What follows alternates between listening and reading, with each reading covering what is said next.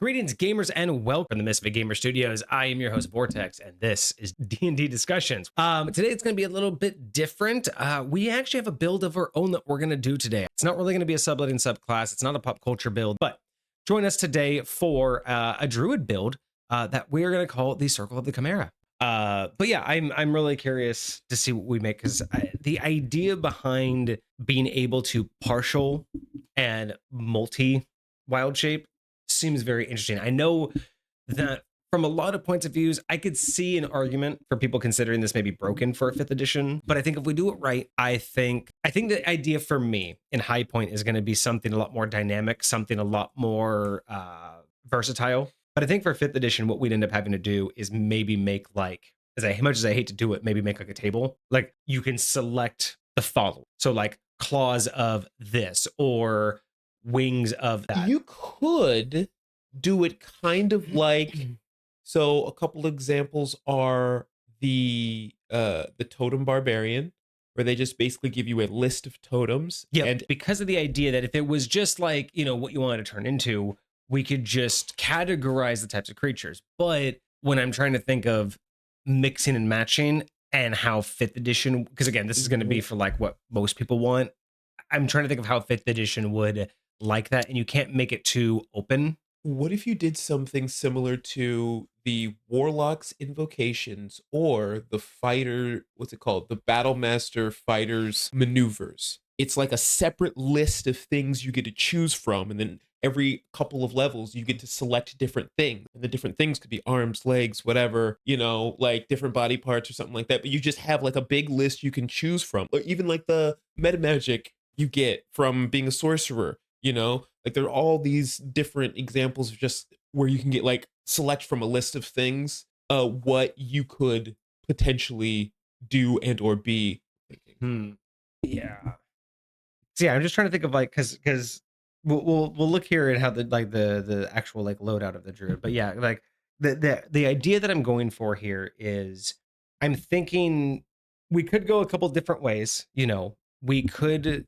I don't necessarily think the partial transformation is really the best way to go, especially for like the naming structure and everything else like that. I think that would be fascinating for a different subclass When you say altogether. partial transformation, what do you mean? Like being human, but like sprouting wings or having like I see a what you're bear saying. claw. Yeah. That's something I think would be amazing for a druid, just not this one. I think that's a whole different subclass. No, because I very much agree with you, because when I think of Chimera, I think of like an entirely different But beast. they're a mesh. Yes. Whereas I do think another type of druid should be able to just like, or a feat that allows a druid to partial shape, because you would turn your hands into claws. Yeah. Things like that. Basically make a feat where it just says, instead of wild shaping, you can use a use of your wild shape to gain an ability you would have in that wild shape instead. I would love just like being able to, like, imagine being able to add your bear's attack to like your stat block. Right? Or just like different abilities that different creatures have to like your stat block.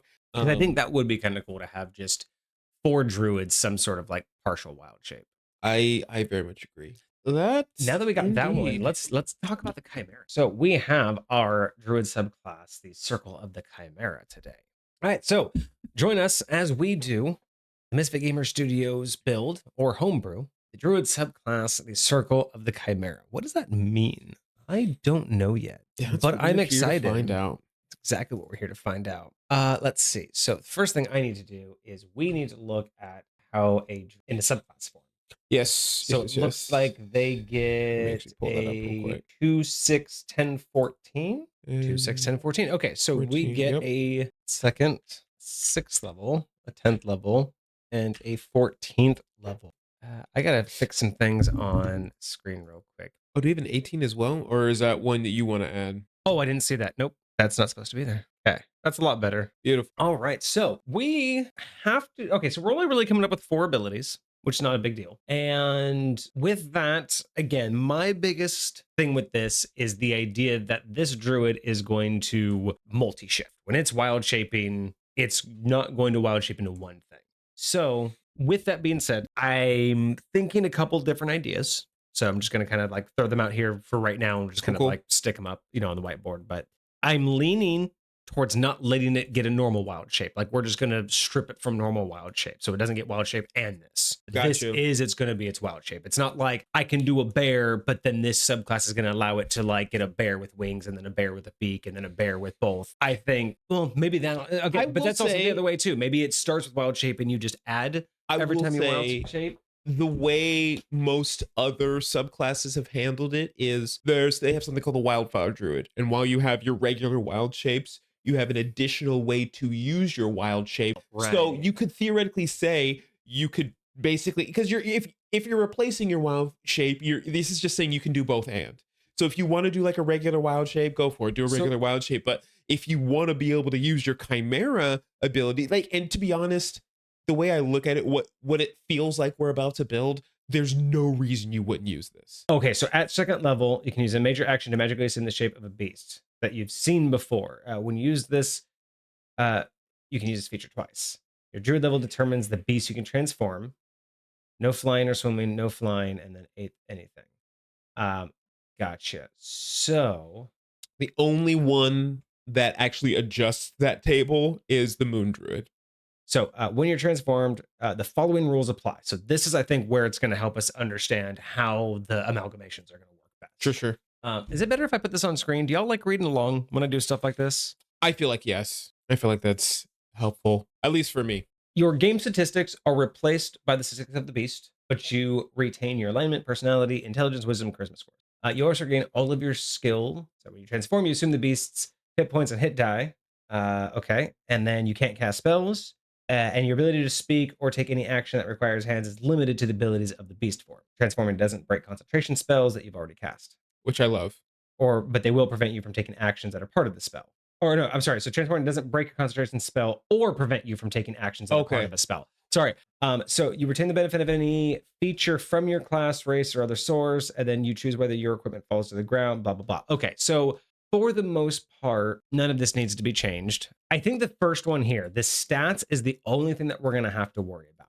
So explain to me more about the barbarian totem and why you were suggesting this. So I will say with this, the kind of idea would be like when you hit third level, you would choose one of these. And so I would think when you hit whatever level in our class, you would choose a form. Like say you want eagle's wings. And so you choose eagle's wings. And now whatever wild shape you turn into, your Chimera addition, your add-on is eagle's wings. So you're thinking like you're making permanent wild shape features. Like when you wild shape, you will always have not you will always, but like you can like you'll get ones that you can like eventually select from. So like imagine you have like a collection of them. So like with maneuvers, you get a certain you wanted them, but the thing is like that unlock I feel like happens here, right? Like it already kind of unlocks based on what animals we have selected. Like I wouldn't be able to choose wings until level 8 anyway. You know what I mean?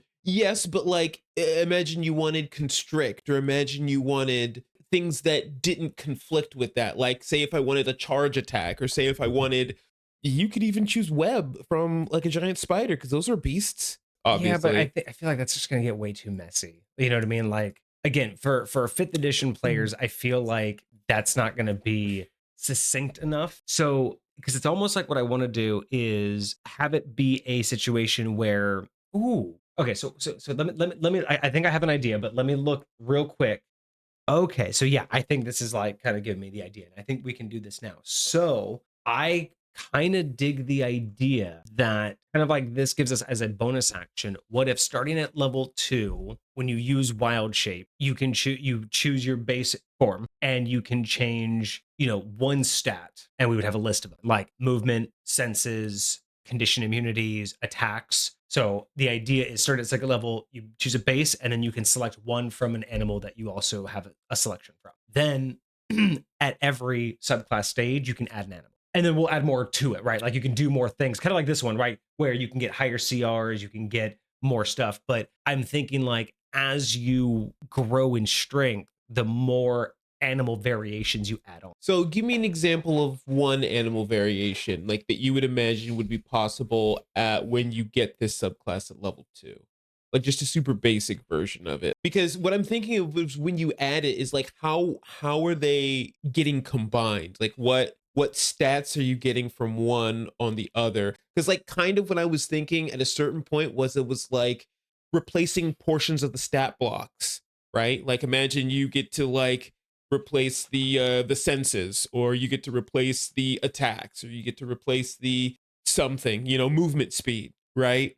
In the stat block with one of these other things. And like if you get like the tail of a dragon, and maybe you can just use a tail whip that this particular creature happened to have, or whatever the case may be. Because Yeah. I my idea is Yeah, like because I guess just swapping the individual traits, I that's kind of want the to make problem, it right? feel like there's a reason that I'm going to do this, that I'm going to add Yeah, because you this. can't really like be like a bear and then swap it for like the movement of a snake. How does that? So yeah, it can't just be like like a straight stat swap. Yeah, yeah, yeah. Now, So the other option is we could do it more of a permanency, kind of like where at each of these stages you choose a permanent feature from one of your wild shapes that will be in every form. But again, I don't know how that's supposed to look. Like if you were to choose bear claws but then be a snake, how does that, are you a snake with bare feet at that point? right. So I'm trying to think of like, because we have the classic chimeras, right? Like you have the classic ones, and that was the other thing I was thinking about is we could, instead of having it open, what we could do is have a selection of aspects that are more classic chimera. That's what I was thinking. That's what I was thinking, like tail or claws or beak or whatever you want to call it, wings, and just like saying like these are things, these are augmentations that you can create and mix and match and like do different things. And like, hey, say if you only have the ability to transform 2 features, but you have 5 options to choose from. You can, each time you wild shape, choose which features you want to add and remove and take away, what type of chimera you want to be that day for that particular situation, for that particular wild shape. Okay, so the traditional chimera, what, lion, goat, snake.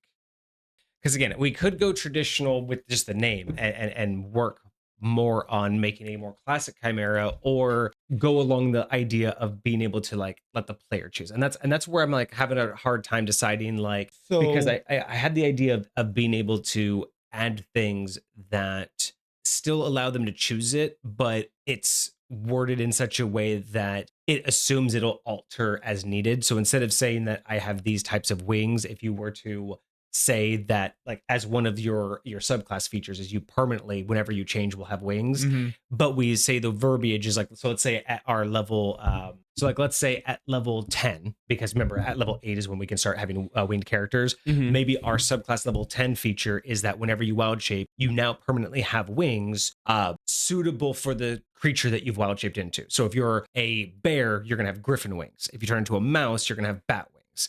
Like you basically put the verbiage as starting at level 10, you will always have wings that fit and work for the wild shape you chose it. So if we start saying things like that in the subclass, we don't have to change how wild shape works. All we're doing is adding what happens when you wild shape. So Okay. that's one option. So each one of the subclasses could just be a like a whole extra feature. So I have a question for you, because I originally I was thinking about this a couple of different ways. The first way is kind of like what we were talking about a second ago, where you can mix and match what pieces you want to use at any given point in time. But another way I was thinking about it, because initially when I think of Chimera, I think of somebody created these things, somebody put these things together, and it's just this one thing. So what if, like, as you grow and develop, you're building a singular chimera that's just a different wild shape, and all the other shapes are just to help you know what things you want? Like, because imagine you could like build the ultimate creature, right? The one that can fly, it's got a breath attack, and it's got these sweet claws. So instead of it being a consistent dynamic amalgamation, it is a you basically are creating a new creature you're wild shaping Yes, into.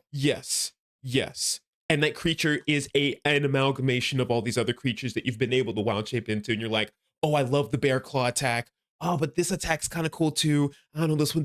So boom, I'm gonna add that to it. And maybe you can like change which one you do later. I don't know. It was what my original thought was. I'm kind of liking now that I'm understanding it because yeah, it's creatures you've seen before, so it's almost like you can create a creature in your head. But instead of it being like this time I'm going to be a bear with an eagle face, and then next time I'm going to be a wolf with a bear claws. Right. Instead of it being that, I don't mind this idea where it's like, hey, I'm just gonna wild shape into my chimera. So then the question becomes, is the chimera the sole focus, or is it just another option? Should you still get basic wild shape, but the subclass allows you to basically create a whole new creature that you get to make on the side? I think you should get both. Okay, I so you think get you- wild shape as normal, but the subclass is building a chimera. It's Yes. building a new creature that you and only you can turn into. Yes, and it's so you can, like, you get the original wild shape so you can figure out what you want to build your chimera into. So what we have to do then is we either have to make a couple pre-gens as options, or we have to make it a really simple process for players and DMs. When someone picks it up, right, and presents it to their DM, it's either going to have to be a list of combinations, or it's going to Mhm. have to be a very simple way for them to put it together, right? Because you don't want them thinking Yeah. how two things are going to go together. It's Yeah, more yeah, yeah. like at this level, your chimera can do one of the following three things. So it's almost like, at second level, you build your first chimera. You need to choose a base, and these are the permanent things that you'll get. So if you choose the base, you'll get its stat block, its health points, and its HP or its AC. Mhm.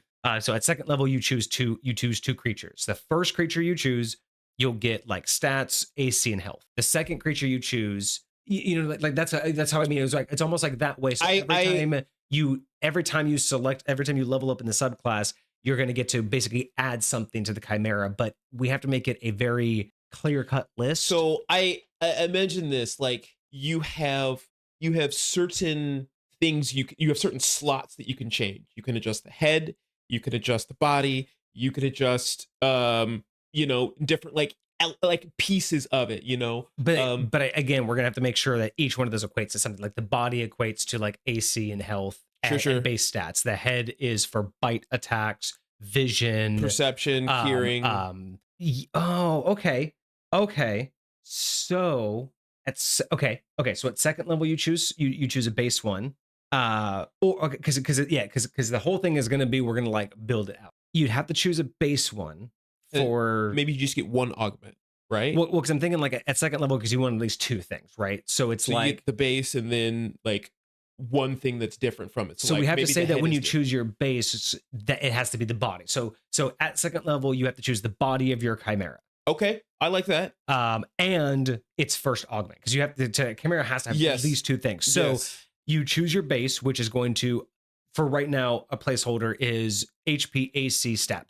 Sure. So you choose your base chimera, and then you choose one other for another body part. So do you want to make a size requirement for the base chimera, like size medium or large, or I was small actually or I was something like that? thinking because like this, I was wondering if we should, because this is going to be something that's going to be you would want like extended. So this one gives you right out the gate, you can get as high as a challenge rating 1, right? Mhm.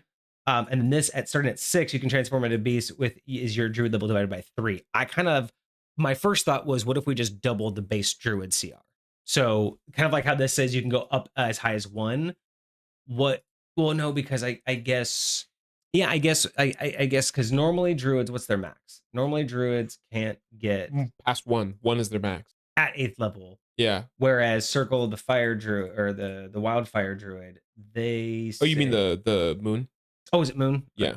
You said So it's sixth starting at level? 1, yeah. So this one starts at 1, and then it goes into your druid level, right? So yeah, so then it's equal to your druid level. That's crazy. So Well, divided by divided by 3. Your druid level divided by 3, but it goes beyond 1. So that's the other problem though, is like being a chimera, if we're gonna say like you're building it, you don't really get like you don't want to build it from level 1 and only get, like a CR, a tiny CR body. So it would be interesting, like once you hit a certain level mark in this class, you can choose a new body or something like that, or you can choose an upgraded version of the body you already have. So say you chose a wolf at level 1 or level 2, Then once you get to level what 10, you can choose a dire wolf, right? Base.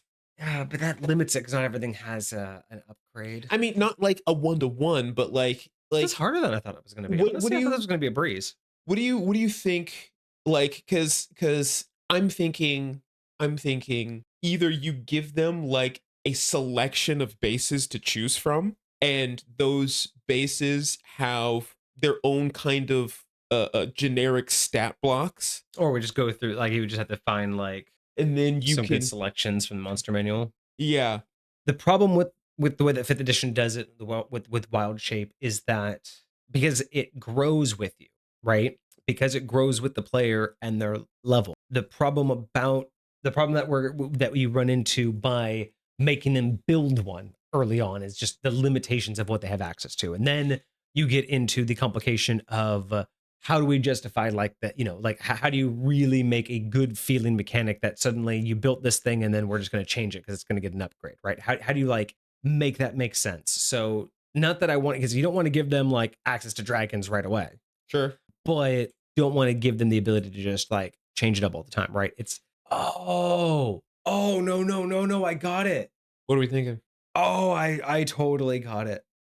So we do a couple different things. We grab some inspiration from the Moon Druid, and we take the boost in CR rating to an extent that we're okay with, whether it's double the base or starting at 1 and then doing, like, a partial of your level. However we want to do that, right? Okay. But we change it up to where you have access to higher level things right away. Okay. And I think we were on the right track, but we were looking at it incorrectly. We're not building one chimera. Okay.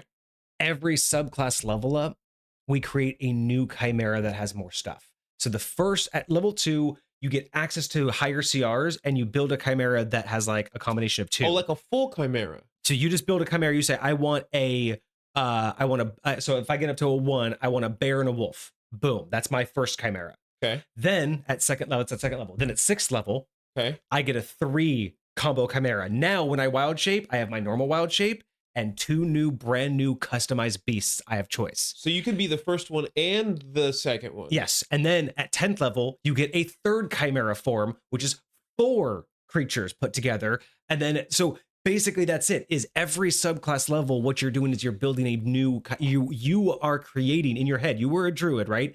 It's any creature you've seen. So the whole point, the whole lore of this druid is, if you took the ability of, I can see that creature, I can turn into it. You don't know its internals, but you know how to do it, right? Sure. But what if a druid just went insane enough that they were like, but what if I can imagine a creature? If I can imagine it, I've seen magic. I've seen creatures that shouldn't exist. What if one got under the illusion spell so hard he thought something existed that didn't, and someone tricked him, but they didn't realize he was so tricked, he actually turned into it because it was any creature he saw. And he did it exactly. And then he realized, I can literally just imagine a creature, and I saw it. Because, some people have really vivid imagination. So that could be it. Imagine a druid can literally imagine a creature so hard they can wild shape into it.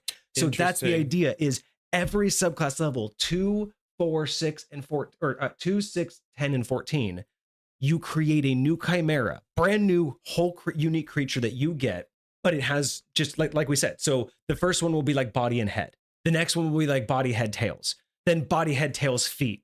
Then body, head, body, head, tails, wings. And then body, heads, tails, feet. Like, we basically just keep giving you choose a base, then a head, then a tail, then wings, then feet. And then at that point, by the 14th level, you have a 2, 3, 4, and 5 combo creatures that no one else can ever touch. No one else can turn into those unless you are another one of these that chose the same thing. Or you suggest that, well, if this druid turns into it and another real druid saw it, can they now turn into it because it's a creature they saw? I don't know. But you know what I'm saying? The only thing I would say is I would qualify it no longer as a beast. Fair. Right. But you see what I'm saying here? Is that a better way to do this? Is instead of trying to create... No, I like that idea. That simplifies a lot of things. Because it solves the problem of you not feeling like you have access to powerful stuff when you get higher levels. And I feel like that should... you get your second one at what, 6th level? Yeah, 6th level. You'll get your second. Depending on how powerful you're willing to make this, I feel like this would still be something that's viable all the way through 6th level. Oh, absolutely. Because I mean, realistically, even if you said, even if at 6th level we also gave it a boost that says, um, with this subclass gets access to flying at 6th level, because we're normally you don't until 8th, which means you wouldn't get flying until 10th. Sure, So sure, if we sure. really wanted to give this an extra boost, you could say that this gets access to flying at 6th level I instead of 8th. like that because 6th level you're getting 3 things, and you can make the 3rd thing the back piece. Yeah, because you're gonna choose a body and I'm assuming we'll do body head first because Uh-huh. that's a true chimera, right? The idea that you can truly tell that body does not belong with that head, like Sure, sure. that to me immediately yells chimera. The third thing at level 6 could be the wings, Sure, and sure. then the next thing at level 10 could be the feet, and then the final thing could be any additional body part, tail, change 2 different sets of feet. I don't know, Sure, sure. but then all we have to worry about is how to write out that mechanic. How does that look? And realistically, if we say body means AC, HP, stat block, and then all of the others equate to attacks, right? The head is everything sight, sound, and bite attack oriented, right? Right. So at that point, if they have immunity to being blinded, if you have that head, your immunity to blindness Yeah. or deafness or whatever. And that's all we would have to say is right. Like, so the first creature, whenever you choose a base, the base is assumed to be body and feet. And if it has a tail, so Sure. body, feet, tail, and then you just change the head. So again, we would just write out all of the verbiage just says anything sensory related to the head.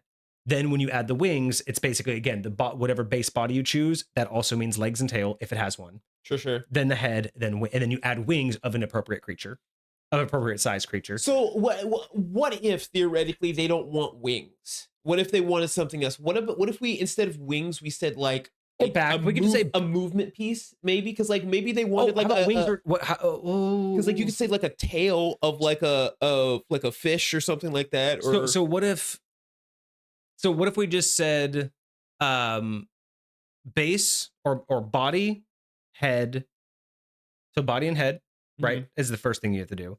Then we add back, rear, and because I'm thinking like back as in like if you don't want wings, you can also get spikes. Sure. Or like Shell. a ridge, a shell. Yeah, so back could be anything like that. Rear could basically be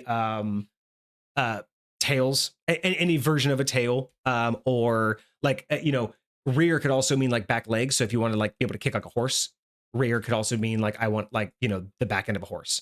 So rear just basically meaning like waist down. Yeah. So includes things like tails or back legs specifically, but we can like make those verbiages different. So you have the body, which is just like the core body. You have the legs, you have the rear, which could also alter the legs, but it's mostly that. You have a back, which could be shell, wings, spikes, all of that stuff. Humps like a camel. You have the head, and then so the last thing, body, back, head, rear. So the last thing I'm thinking of is we could either say additional appendage, as in you can add one of any of the following or any of the belows. So you can add a head, add a legs, add a pair of legs, or add a tail, do something like that. Or we say that we can change like the skin. So you can do all of these things, but then have like dragon scales. So that would be my 2 options: is either you add an appendage or you can change the skin. Those are ideas that I'm thinking might be good for a capstone. Because how else, do you know what I mean? Like what else can we change other than if we have the base body, the head, the legs, the tail, and the back? What else can we truly change that the chimera is different other than like what it's made out of? I really like the idea of skin, especially because that could totally help you with like armor and stuff like that. And like your AC and things like that if you wanted to like boost that, or depending upon what you've built thus far. So I think these are very good ideas. Almost tempted to say both. I'm almost tempted to say as a capstone you can add a limb and change your skin. And change your skin. And now the question is, like, when we think of skin, like I'm thinking of like armor class, like basically changing that would give you the armor class of that creature. So like sure. dragon scales would give you the armor class, or a creature that has immunity to cold, you would have the immunity to cold because its body is now your skin. That's why I'm thinking skin, because other than an appendage, which would be like a second tail, which would be kind of cool, or a second head, which would be kind of cool. The skin allows you to take on additional immunities Agreed. that the base may not. But then again, if you chose the base, then you'd have that immunity anyway. So the base is kind of what skin you have. The base would give you And your initial I do skin. kind of like the appendage because an extra set of wings, an extra tail to attack with, more feet to go faster, 2 heads to do 2 different bites. I mean, an extra appendage. I mean, even the Chimera has sometimes, like the traditional Chimera, has sometimes been viewed with 2 heads. Yes, very much so. I'm actually better off saying that the base decides the skin overall. So again, if you choose something with an immunity, the whole thing gets an immunity. But I think maybe just the appendage. Actually, that makes sense because any appendage you add should either increase your speed or increase the amount of attacks you have. Like if you have 2 tails, you should be able to do 2 attacks. Sure. If you have 2 heads, you should be able to do 2 bite attacks. If you have more feet, you should be able to run faster. If you have 4 sets of wings, I'm okay if you could like jump further. Oh, that's right. Because at this level, you're creating a brand new one. I keep forgetting you're not adding it to one you've already created. Yeah. So how about that? How about 4? So first is body head. Second is body head back. Third is body head back tail. And final is body, head, back, tail, plus 1 additional appendage. And the verbiage of that is like feet, set of wings, tails, a head. See, that's why. But it's just depends on how we word it. That's what I mean. Yes. Like, so when we say when you choose a body, we will have a clear list of what does the body give you. It gives you the AC, the HP, the stat block, and any physical immunities of that creature. The head gives you any bite attacks and any peripherals, sight and sound benefits. The legs give you claw attacks and speed benefits, and anything speed related. Wings give you that creature's fly ability, and tails give you an extra attack. The question is, what happens when you do things like, say, if at a certain point I want the body of a constrictor snake, and then I want the head of a lion, right? And then I want the wings of an eagle. Okay. And then I want say if I wanted the rear of an alligator, what would that look like? Would that include the legs or would that just be the tail? I mean, I'm assuming just the tail at that point. At this point, if you're getting, it depends on what I think it just depends on, like, again, I would say like the rear might include the feet if you're trying to do like a horse, like being able to like back kick. Sure. But that also doesn't really make sense because how would that go with the rest of it, right? So it's like rear is more about a tail, I would assume. Sure. Or some sort of other like, like maybe you want a spider rear so you can do webbing. Yes. So it could be a tail for tail attack. It could be a spider rear for webbing so you can actually spit web. That kind of level of rear. And it doesn't have to be like theoretically, if you chose the spiderweb rear, like it doesn't have to be something that's super prominently visible. It could just be just the web thing. Yeah, it doesn't have to be like it looks like you have a spider back, because that's just that you have webbing. So that's what I'm thinking. Interesting. Of okay, no, I'm here for this. And we can give examples, right? Like we don't have to necessarily, because I kind of want it to be up to DM and player options. So I don't want to say, for back, you can choose wings, or do we want, okay, I shouldn't say that.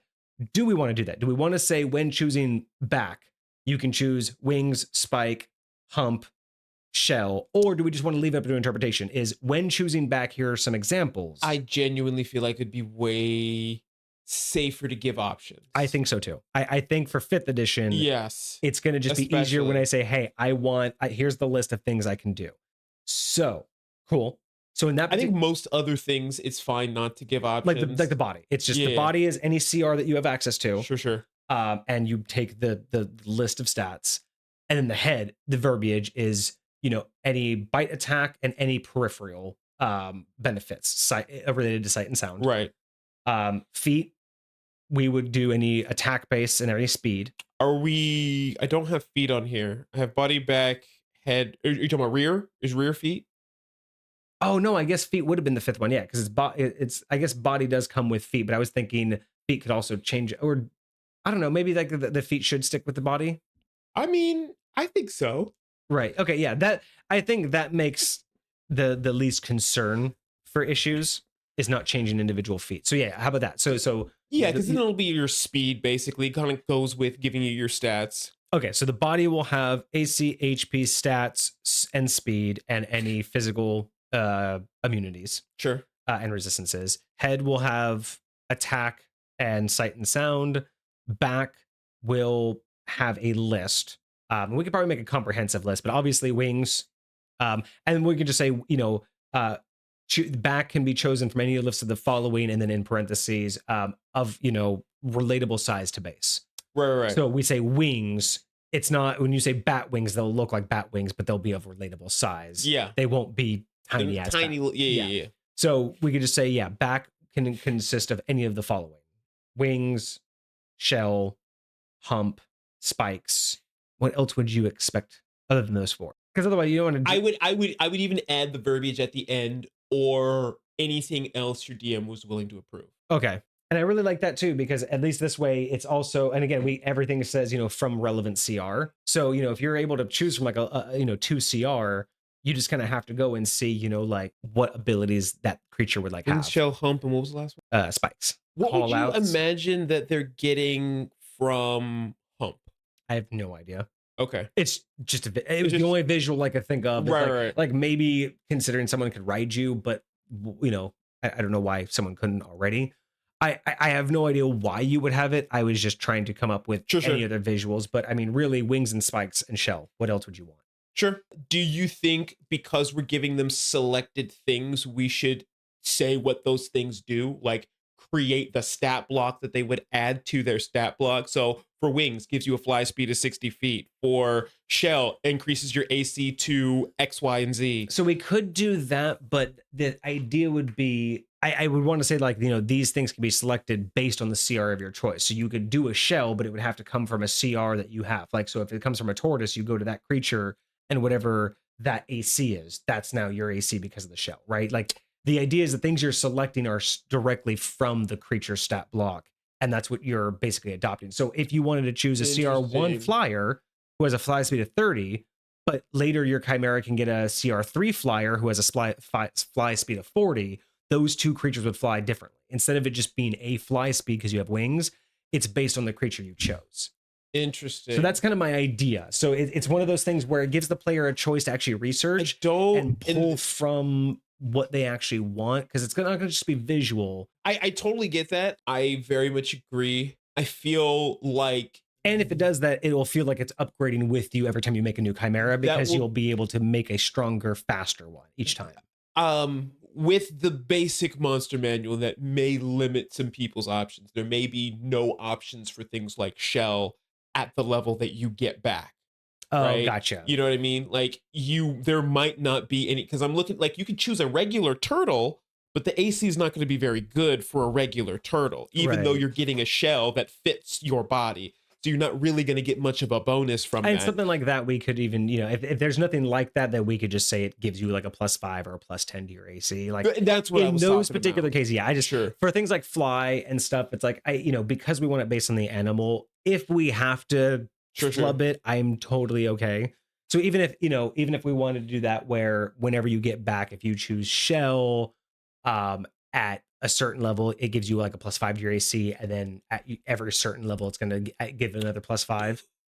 You know who would be sick? Even if it was just something as simple as this, spikes. Because it's kind of hard to like articulate what spikes are going to do. Yeah. Like if somebody hits you, are they going to take damage? I think people can't flank you. Yeah, you can't be attacked from behind. You can't get flanked because, or if they do, they actually get damaged. So if anyone hits you from behind, they also whichever take one damage you're back. not engaged with. Yeah. So yeah, I'm totally fine with. So yeah, if we have to something like that, slip in our own verbiage there. So really, I guess it's just the head and the wings are going to be very directly based on the creature you choose. Maybe we'll have to, and then the tail, because usually some creatures will have a tail attack or something. Sure. But yeah, maybe like the spikes in the shell will have to flavor our own. If you chose snake tail, would you allow it to have constrict if you didn't choose snake body?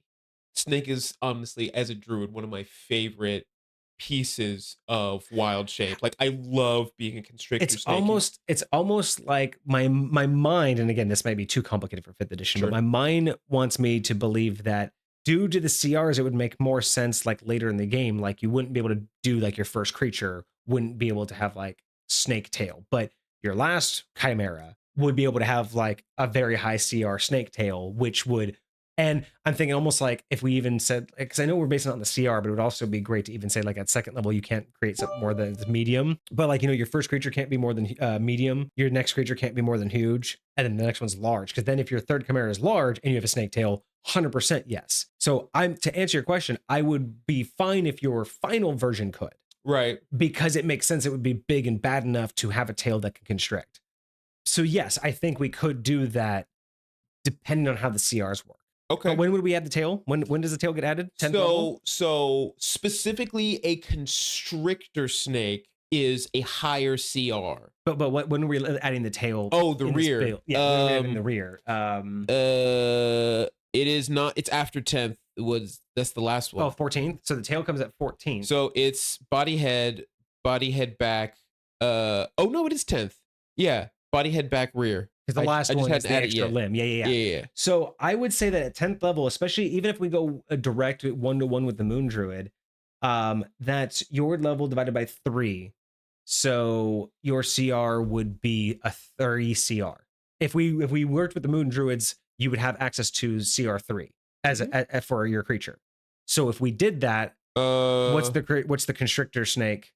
CR? Constrictor snake is a CR2. Boom. So as at level 10, even if we just directly ripped it from Moon Druid and made it 1-for-1 the CR, because if we feel like I think this is pretty balanced, starting at 1 and then having a third of your level.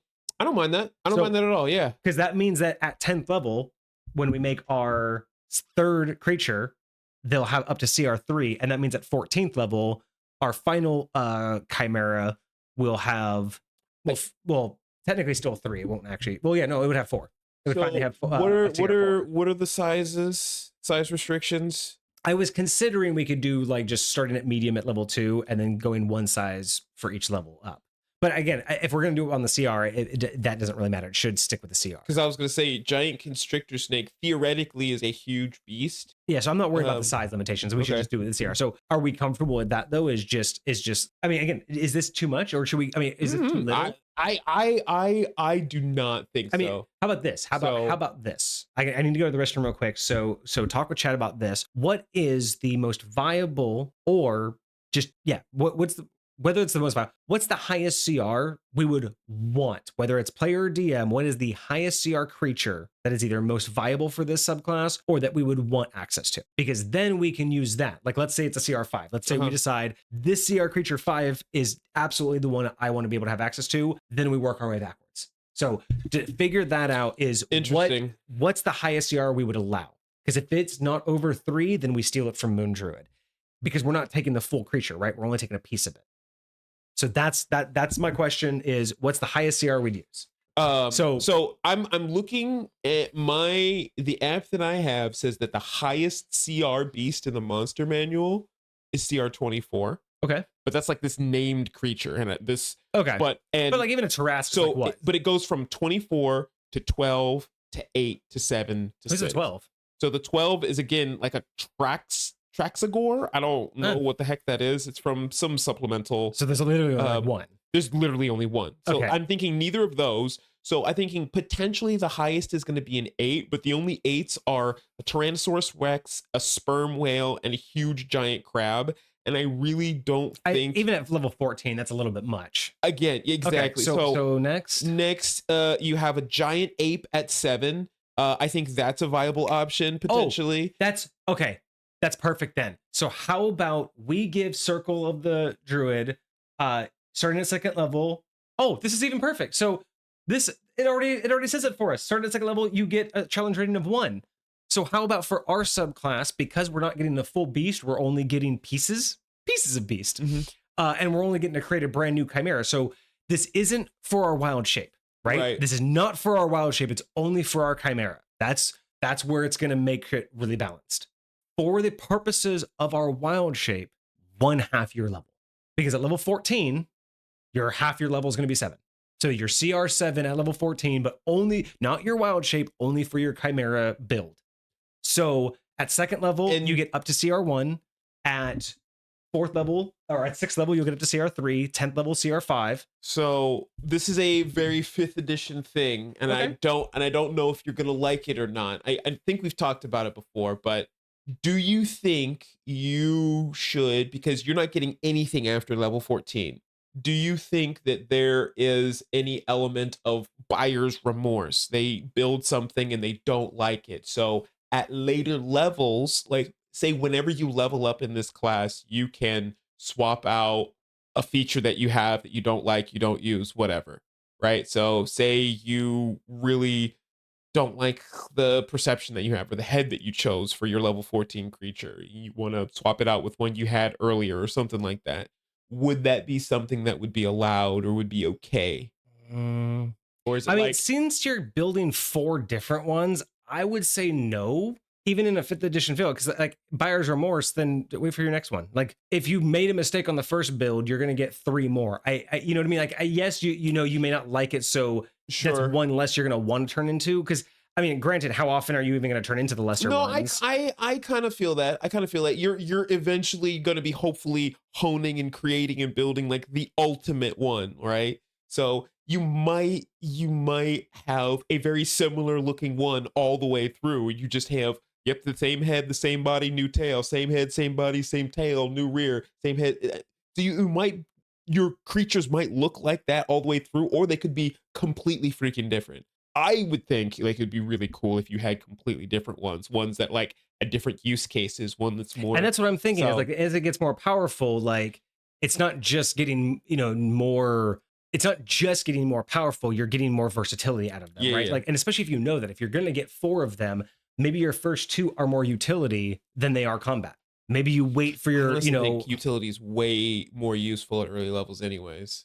right? Like you could wait till you're level 14 to make like your actual really credible beast in combat. And then everything else could just be for role play and Um situational. interesting. Yeah, and I feel like again with the chimera aspect, because like you said before too, it's something that you created.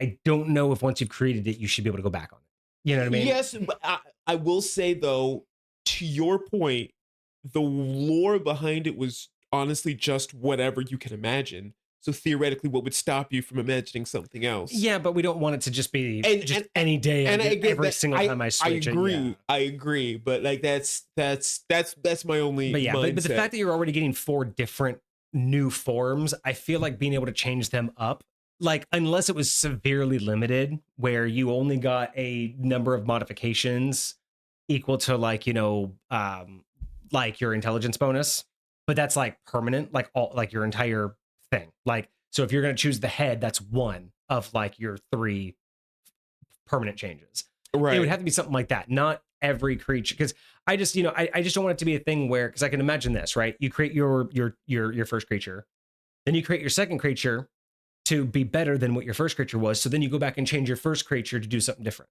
Yeah. Then I change my third creature to be my new primary one. Then I go back to change my second creature to do something different, and I go back to change my first creature to do something even different. Then it's a point where your every single one is just a use case. You've created the perfect creature for every, and it's like I don't want that. I kind of want this idea that you've imagined a new creature, you've truly like imagined it being real enough to make it real, and now you can embody it. But the idea of going back on that decision, I just feel like for me, maybe it just ruins my idea that I had of we're creating 4 brand new creatures from scratch. So you should get those 4 creatures permanently. Like those are your creatures. No, I totally get that. I feel like there's plenty of ways to understand why that's not how this works, right? So I'm not opposed to that. It's just what where so when we can create our new chimera, we have the old ones, build our new ones. That's whatever you have, that is what you have. And then because I mean, maybe at like level 10 when you create your third one, or yeah, maybe we can even write in make maybe when you create a new one, you can change one feature of a previous one. That way it sure, feels like maybe yeah. you're not fully being, because again, like your first one is probably going to be left behind pretty quickly. Mhm. So, and when you do that, so like let's say, I'm creating my third, my next one, and Mhm. I can change one feature of either the prior ones. Mhm. What if when we change that feature, one feature, it now can also be of the higher selected CR? So like my first one, I only had a CR of 1 to select from. But now that I'm level 10, I have level 5.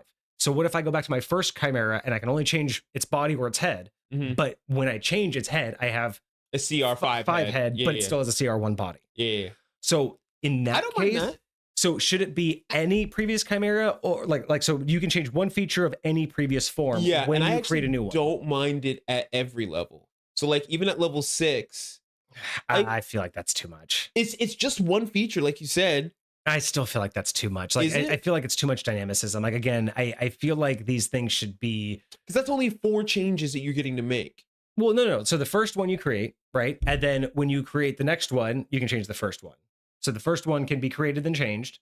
Then you create your level 10 and it can be changed. And then you create level 14. You can only make one change to one Chimera. So no. All previous ones. So your first one, every time you create a new one, you can change your first one. So your first one will have 4 forms. Your second one will have 3 forms. Oh, see, I'm thinking, the way I'm thinking is it's like, okay, so at level 2, so you can get your first one, right? Yeah. You've got your first Chimera. It is what it is. Then you get to level 6. All right, I have a brand new Chimera and I change one thing about my first one. Yeah. Right? Then I get to level 10. Now I get to make one change. It could be to the first one or to the second one, but not both. I think it should be one change to both. Oh. Because then that way, like, remember your first one, at least that way, if you want to like keep your first one updated, it's not going to be fully updated, right? It'll be like one or the other. But the first time you might update the head, but then you might be able to update the body. That's where I would differ. I would just make it the one, and then that's when I would be okay with it being at every level, because then you get to make 4 changes, period. And your primary focus is on creating your new one. But you're saying every level, so it would be 20 changes because you not every level, every feature, every time you create a new Chimera is when you can make a change. Yeah, but you just want one change period, not one change period. So it'd be 4 changes total. I think I don't mind changing both or any prior one just because it keeps them all fresh and up to date, right? Because now I'm at level 10. Sure. I don't want to be running around with I'm not, the utility of 2 CR1s may have lost its luster. So without being able to upgrade it. Yeah. And see, that's why I feel like, I guess the way I look at it is just only a slightly different, because the way I'm looking at it is it's like, all right, I've got these 2 at level 6. I made this as good as I think that I could make it. My last one, I was just starting out. I didn't exactly know what I was doing. I think this would be just a little bit better if it had this. You don't have to make the change. Yeah. You could, but you don't have to. So then I get to my 10th level. It's like, all right, I know a lot more. I understand a lot more. My 6th level one was good, but my first level one still kind of sucks. And so I want to make that one better. Like I would just choose which one I feel like is more valuable. Like I feel like the restriction of being able to say, all right, you can make one change, so choose what you want to be better. Like, is it really so bad that you can't use it at all? You can't find any scenarios or places for it to be valuable. Like I think giving it some sort of I think, yeah. Because I think we're both on the same page. We like the idea that your first one just won't like die off, right? Like immediately. But because I still like the idea that you have these unique ones. And maybe it's even just what if it was, instead of so what if we blend the 2 ideas, right? Instead of it just being you get to change any one feature to any other feature, what if every time you create a new Chimera, all previous ones get one of their features upgraded in CR? So you don't change. So your first one, let's say you did bare body, eagle head. Mm-hmm. You don't get to change bare eagle, but what you get to find is what is the, like, you chose a eagle head, but is there now a CR5 eagle that you can swap those stats? You know what I mean? Like, right. I don't know if that would be a 1-to-1 equate, or if it would just be easier to say you can change again the whole thing, like all together. I don't know. Because it's only one feature, because again, each one has like, again, the first one only has 2 features. So being able to change one of those is pretty substantial. Mm. The second one's going to have 3 features. So changing one is going to be nice, but not guaranteed. But it's still going to be a relatively low CR. That's why I'm thinking like at level 14, I don't know if I really want to only have one change and have to decide, well, is my very first only 2 piece really needing that upgrade versus my last one, which, now that I have more CR, now I could really plan for, versus just now that I have more experience and I've seen more animals, you would assume, like that's the idea. Maybe that first one I can imagine differently, right? Can't fully reimagine it, not like from scratch, but I can reimagine the head. That second one I can reimagine just the tail. You know, like maybe that's where I was kind of going. Is it's more of like you can reimagine just a piece of it because you still have to have like the structure. Yeah. It's not a full new animal, but you're like I could tweak that one piece in my imagination because that didn't work out for me quite well. And that's where I feel like all of them would be nice too, because then that way all of them would keep up with you. Your level 1, even though it still only has 2 creatures, at level 14 would have had the opportunity to get leveled up at least 3 times at that point. So really, at least it's still only a 2 creature combo, but maybe now it does something utility wise that your first utility it didn't need. So I think there's an argument for both sides. I don't necessarily disagree with your argument. I would like a little bit more. Yeah. Just to help keep all of them keeping up with you. I do get what you're saying. But I do believe just in general, like let me actually look at the base class for Druid because I forget what the wild shape progression looks like as you go through. So There are no dumb questions. There are no dumb questions, Wally. Don't worry about it. We don't even. I don't even play 5e, so don't worry about it. I'm winging most of this. I keep forgetting you only ever get 2 wild shapes until you hit Arc Druid, which is level 20. Yeah. So up until that point, your length of time in your wild shape just increases, but you still only get 2. Okay. And that's per long rest. So that's all day long. Yeah. So I'd be okay at some point this subclass getting an extra wild shape at one of its levels. Just one. Yeah. Or just you get 1 extra wild shape specifically for your Chimera. Yeah. So you get your 2 normal wild shapes, which you can use for your Chimera or not, but you get a third one, kind of like a warlock a spell slot. Yeah, like you can once use per day, it, you can use this without expending a use of your wild shape. That's it. You can get this as an extra, without expending a wild shape. You can turn into your Chimera without expending a wild shape. Okay. I like that. And again, if we really wanted to go all out with this, we could say you get one of those every subclass upgrade. So at second level, you get one free use of your Chimera shape change. At level 6, you get 2. At level 10, you get 3. At level 14, you get 4. So then you get 2 wild shapes, regular wild shapes, but then you get 4 Chimera wild shapes at level 14. Wild. I don't know if that would be too much, but I'm just thinking like if we really wanted to give them, would love it, but that's a lot of wild shapes. The way that 5th edition uses wild shape is it gives you a really long time in that wild shape. Exactly. You have to be the thing for a long time. I don't know if they just feel like there's a lot more usefulness if you can be it for a long period of time. Like say you wanted to like be the horse for the party, you could walk around being a horse for like all day long or something like that. But I feel like it would be better to be able to have more uses of it rather than have it for a longer period of time. Give me like a set period of time. Give me just like an hour. I can be any shape, but give me like 10 uses of it or something like that. Like that's kind of how I feel, but it just depends on how you end up wanting to bounce. Maybe it's like you can do it for a combat. So it's a special use. Like normally you can be into it for a number of hours. Like the ones that you're talking about, you get it for like a minute.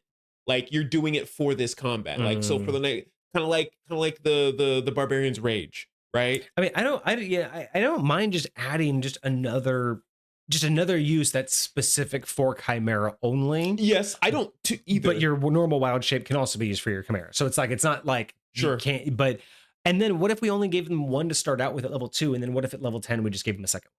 So that way you only have a max total of 4 wild shapes, but 2 were dedicated to your Chimera. I don't know about you. I think it could wait until after level 2, maybe level 6. Oh, for the first one. First extra use. Like that's fine. Yeah, give that extra use at like 6, at 6, and then give them the second one at 10, or at 14, and then the third 20, one. Yeah.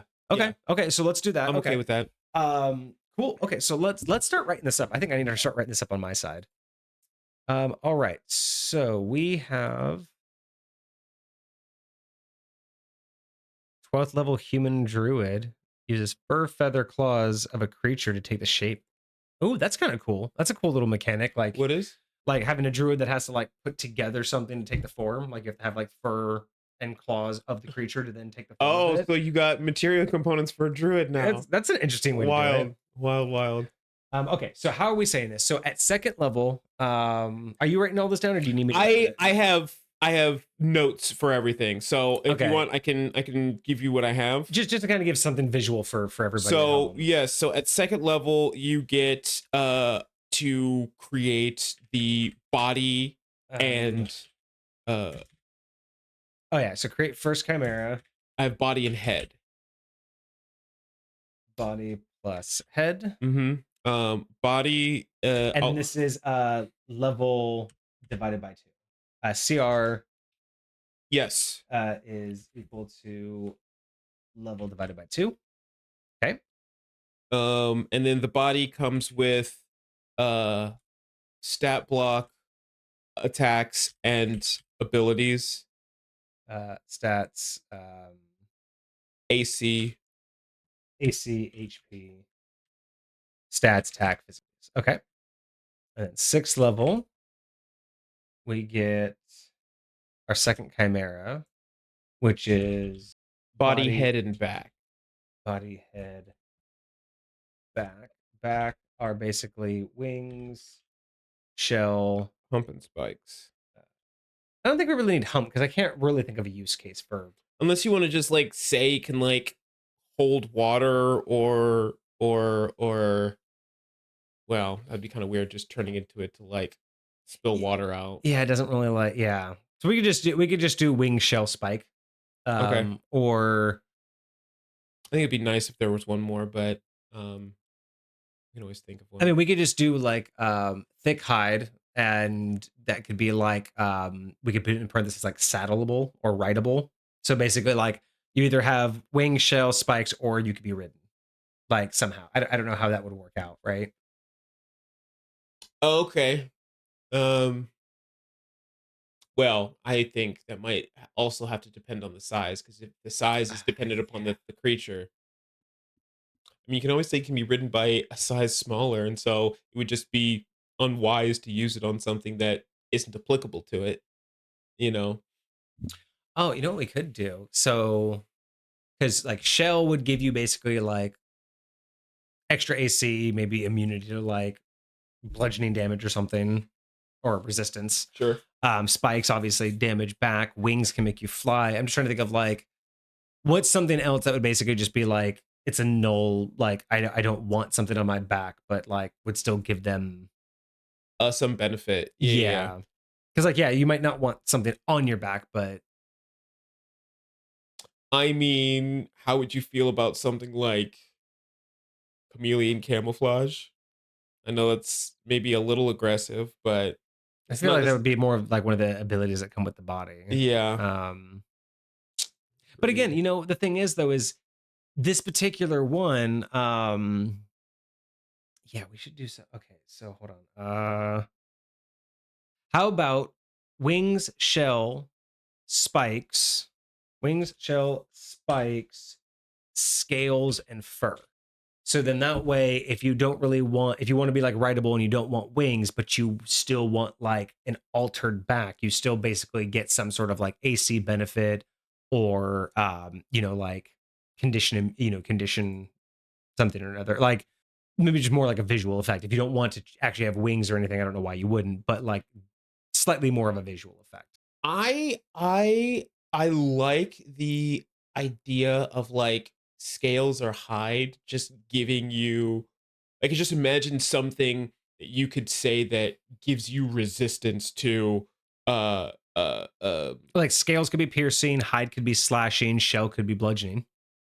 um Like resistance to those damages. well, I was just thinking of one that just gave you resistance to all of that, like scales being something like that. Like I totally get shell doing that for you already, but That's what I'm trying to think I of. think Like spreading shell them out would being be kind of interesting because then you could like actually again mix and match and like have a creature that was designed to go against something. But then you don't want, shell being additional AC and resistance, and then one only being resistance. Because they would also, I think they would also they would all boost your AC plus give you like they would all give you like a +5 to your AC, but then each of them would give you a different resistance. Because like spike attacks the enemy, wing lets you fly. So the other three like could just be, if I don't want to fly or damage the enemy, I can get a resistance to a certain damage type.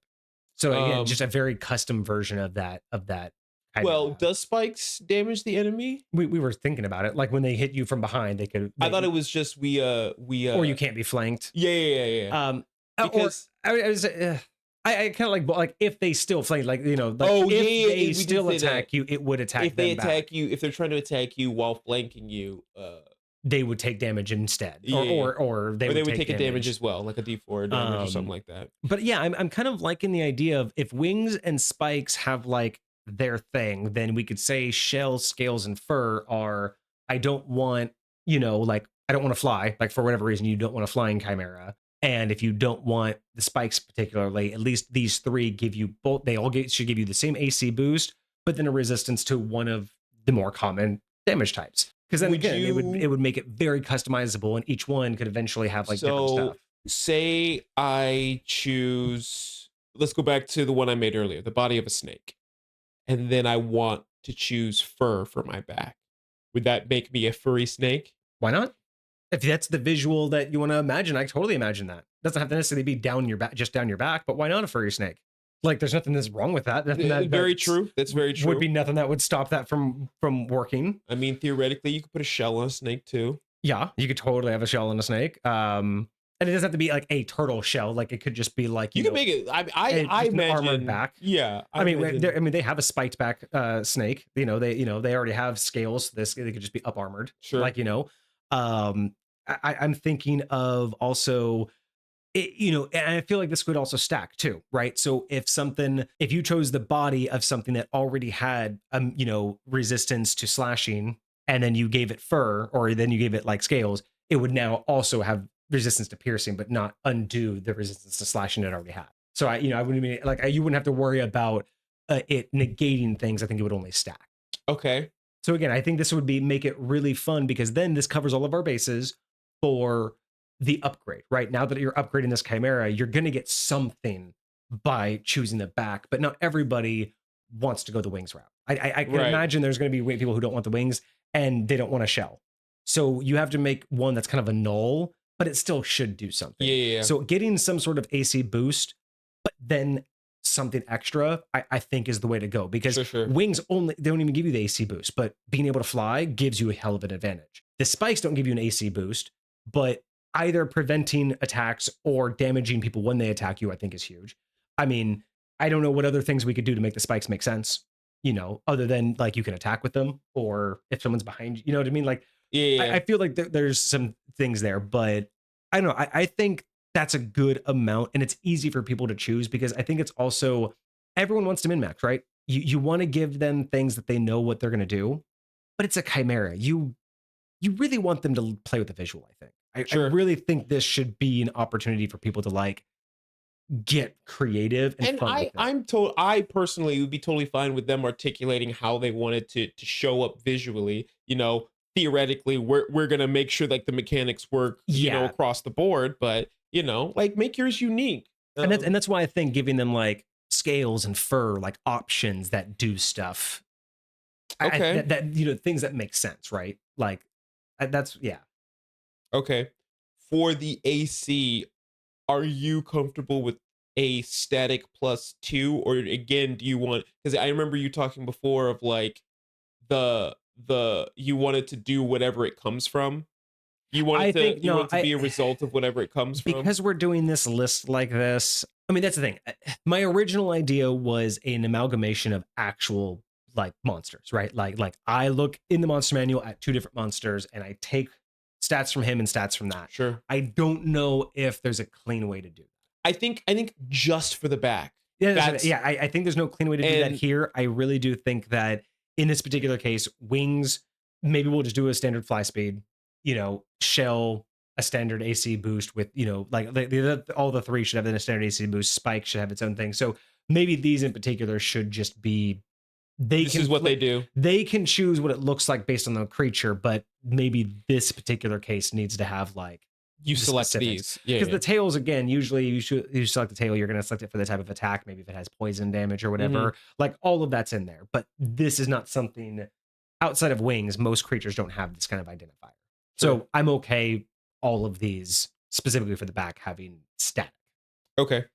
And if we want, we can make the next version upgraded. Like, so if this has a fly speed of 30, the next Chimera at 10th level can have a fly speed of 40. And then this 14th level Chimera can have a fly speed of like 60. Like if we wanted to upgrade it, like, because this one's only our 6th level, right? This is our second Chimera. Sure. If this one gets wings, it shouldn't fly as fast as our 14th level Chimera. Sure. I'm okay with that. I kind of like the when you apply wings. So when it comes to what we were talking about earlier, when using wings in your next build, it will be 60 feet instead of 30 feet. Yeah. So like this, so your second Chimera that you build will have like a 30-foot fly speed. But if you build your 10th level Chimera, your third Chimera that you build, if you also give that wings, that one will fly faster. And if further. you choose to upgrade your last one and choose to upgrade its wings, then it will get the new fly speed Correct. as well. But if you don't use your one thing to do that, then it'll Correct. stay at the 30. Exactly. That's how I feel like that will work. Because in that particular case, again, each Chimera feels stronger than the last, but you do get a one-time go back and a redo. I got questions from chat. Oh, wow. I missed a couple of them. Let's see. So at 10th level, the druid is able to use the creature's innate ability at 50%. So strength and resistance, and using the Chimera mechanic more than one head, wings, and scales for if you want it to look. Wait, what? Well, we do have the last ability at 14th level.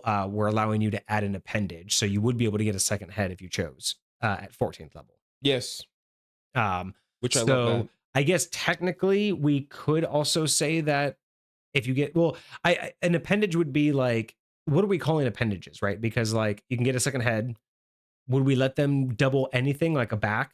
Like would you be able to get scales and fur and get both those benefits? Would you? Is it just head, tails?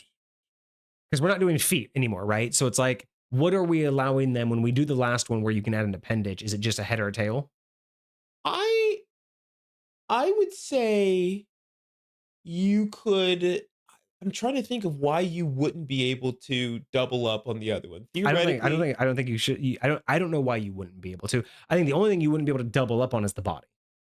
Because how do you amalgamate two bases? But having two heads, two backs, or two tails on your final Chimera, I think is fine. Like any one of those three things. So how about that? So that's, I think, what we should do. I would just say you can't pick the same one.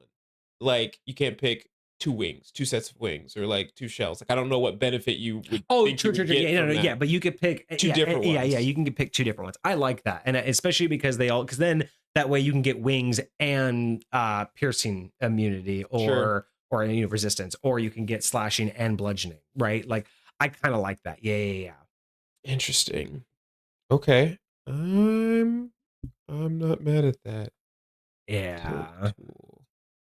Movement is based on that, right? So yes, whenever you use your wings, you have a fly speed. Whenever you use your feet, you have your regular base speed. So that's how what we're trying to figure out here is when you choose a Chimera, if you choose wings, we're giving it a base fly speed based on when it flies.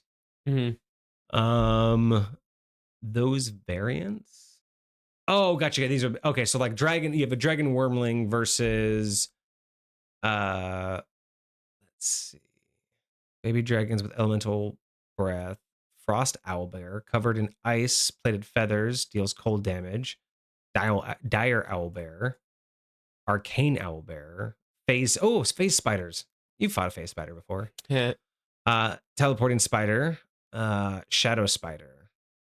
So what are all these things? These are just like the elemental variants that he was talking about. Like, would you allow them to tap into these kind of things for their innate abilities? I'm gonna say I would probably say no, because I don't think a standard druid would have access to these. And again, we're talking about the connection to nature, not like the fae or magical creatures. So I would have to rule that regular natural creatures only, especially because what we're allowing it to do. Like all of the mixing and matching. Okay, so 6th level, 10th level, we get a 3rd Chimera, body, head, back, tail. At which level? That was 10. 10th, yeah.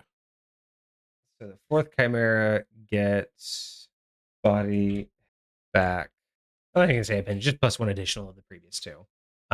Okay. I'm really liking this. I'm liking how this is turning out. No, I definitely agree.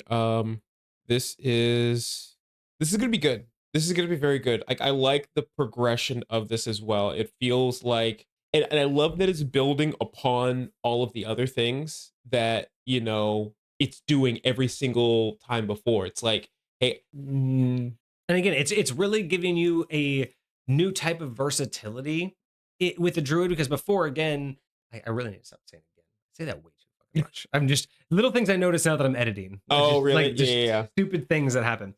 But when looking at the other druid subclasses and when looking at what a druid really does, you're really kind of locked into just not really being a one-trick pony, but you really only get what you can come up against.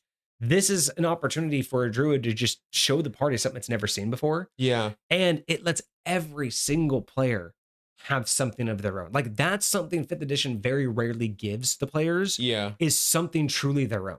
Because this is, you could have 5 players and truly get 5 different chimeras. Right. But you normally don't get that. Even with subclasses, you very rarely get truly unique subclasses because you only get a couple of feats and ASIs that differentiate you.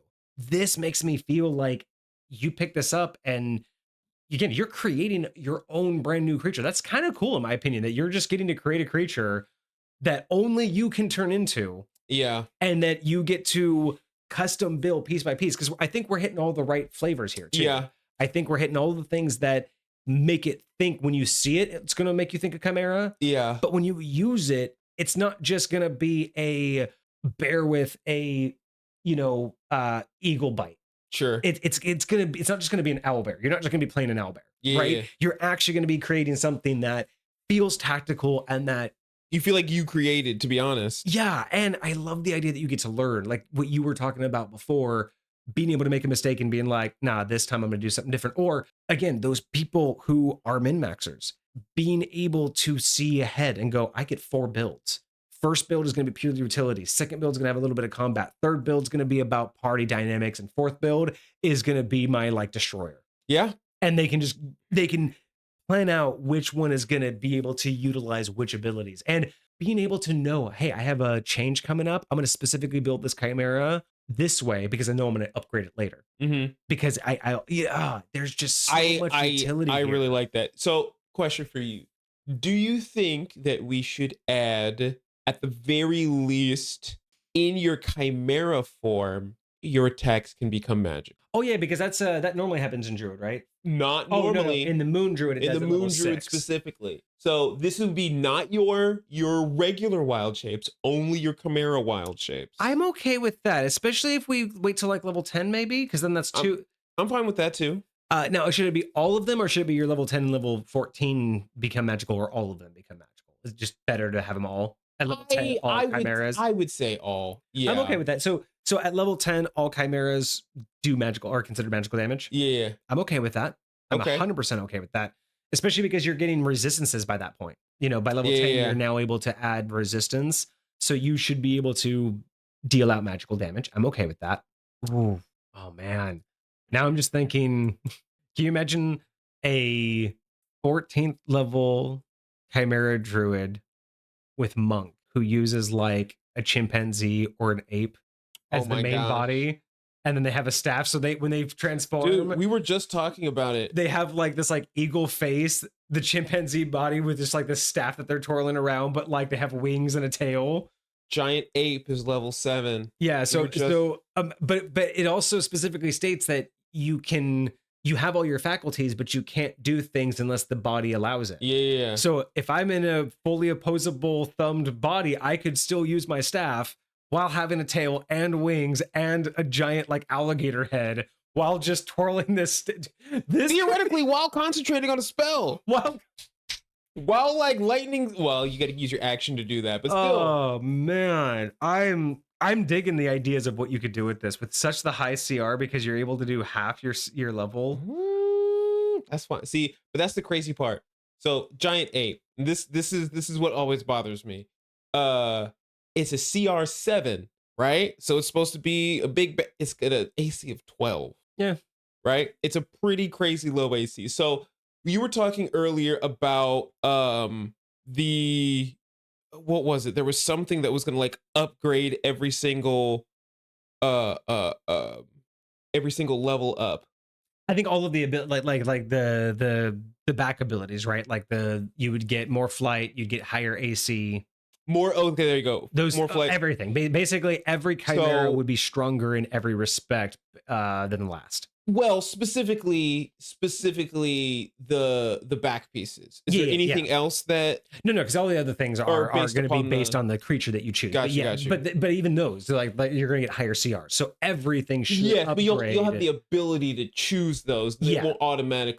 The backs will auto upgrade at a static rate, but everything in the chimera should feel like it got better. Got you. So yeah, I Um, think both the AC should go up for all of them. So maybe it starts at like a 2, then a 5, then like a 10. I Or think 10 is way too much. I think you should go to like 2, 3, and then maybe 5. Okay, yeah. So 2, 3, 5, can would be because you start at like a plus. So at 6, 10, and 14. 2, 3, 5. Yes, So yes. yeah, your first chimera doesn't get any. Yeah, because Yeah. you're not you don't get the AC bonuses until the back. Yes. So then the back yes. is 2. So 2, 3, 5. Okay. Spikes, you could just increase the die of damage that it does. Yeah, on the back. either 1d6 to 2d6 or d6 to d8. So 100%. Yeah. I Just either the multitude or the damage amount. Yeah. You know what? I'm okay with the die. Imagine just increasing the die because I feel Again, like it's not an attack that you're feel like doing. that It's a passive defense. Yes. Yeah. If you happen to be attacked while flanking, and I honestly feel like that might be the least used one, but I mean, I think it could be great in combination with others. So I think it depends on it by itself, probably the least used. But I have a feeling it will be clutch in the right build. Like Yeah. with the build that leans into needing people behind it or not allowing people behind him, there's got to be a build that could capitalize on that so well. Yeah. And again, we could even said it again. We could even get to a point to where the level 14 version of that means they can't be attacked from behind. Like the spikes are so big, no one can occupy the space behind you without risking getting hurt. Like basically, you can't be flanked. Oh, so the first two, creature? so the first two would just damage someone who attacked you from behind, but the third one would just full on prevent attacks from behind. Got you. Okay, something like that to help really focus the builds. Yeah, interesting. Okay. Also to make it like worthwhile, because at that point, flying 60 feet, I'd rather fly 60 feet than damage someone for a D8.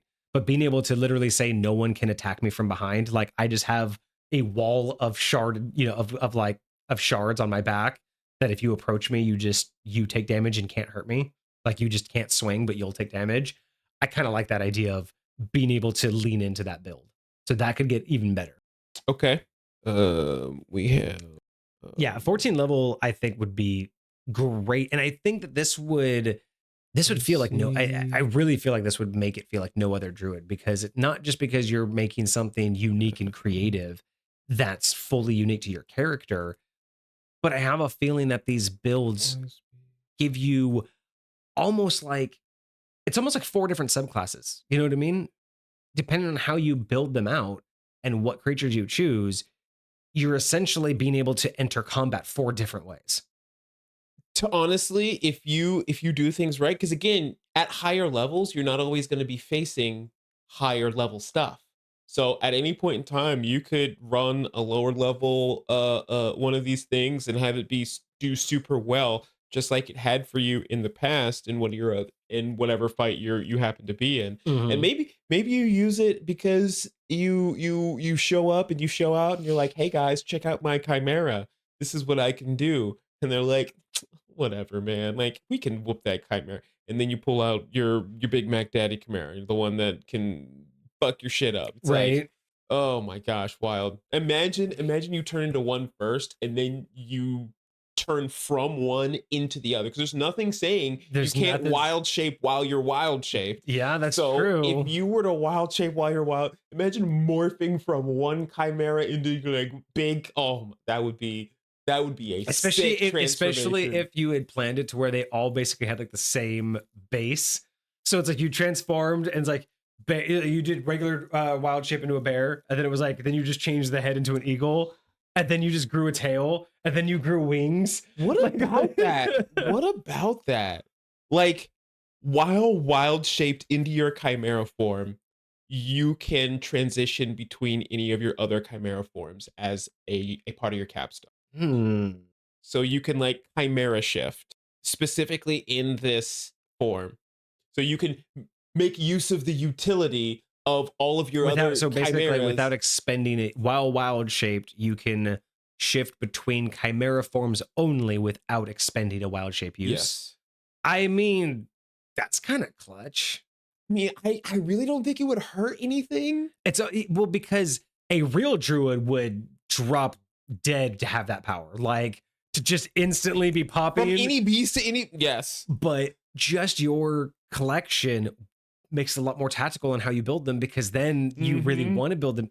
I'm okay with that. And especially if it's just at your capstone. So starting at level 14, you have the ability to do that kind of And then, shifting. well, because then once you're at level 20, you have unlimited. I mean, when you're level 20, you could literally be whatever you want whenever you want. But and that's my point though. Is Yeah. like, but so for the first 6 levels, you only ever get to be just your shit. Yes. I'm okay And with it that. gives you a whole lot of incentive to play what you are. And it goes in line with the fact that we're only giving you one free chimera shift. Sure. That's not a wild shape. So Mhm. even if we only cap you at one, but once you've shifted into it, you get free movements in between. Mhm. Done. Okay. That way we only have to give them one free wild shift or chimera shift. Okay. So do you want that to be at level? Yeah. So, do you want that to be at level 6? I think that's It where we makes the most originally sense. put it. It makes also the most sense at level 6 because you only have one. You don't have a second wild shape until level 6. Sure. So you get the ability to shift between them when you get a second one. Well, you get a free use of it when you get a second one. Well, Then yeah, you get the ability to shift. But yeah, you get a free use of it when you get the second one, but it's also tied into the fact that it's that free use is to help shift between them. So you're saying you can do that at level 6?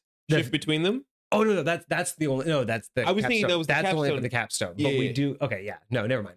Okay, so yeah, but I'm still okay giving them the extra free one at level 6.